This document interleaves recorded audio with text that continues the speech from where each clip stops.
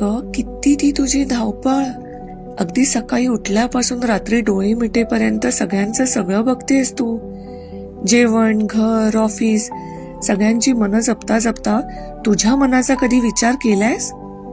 बायको झाली, सून झालीयस, आई झालीयस, मान्य आहे, पण तुझ्यातली तू कुठे आहेस?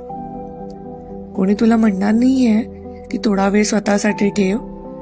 त्यामुळे तो वेळ तुला स्वतःसाठी काढायचाय. तुझं मन रोज गप्प बसतं ग, पण त्यालाही आधार हवा असतो. तेही म्हणतं, माझीही बाजू ऐक ना ग जरा.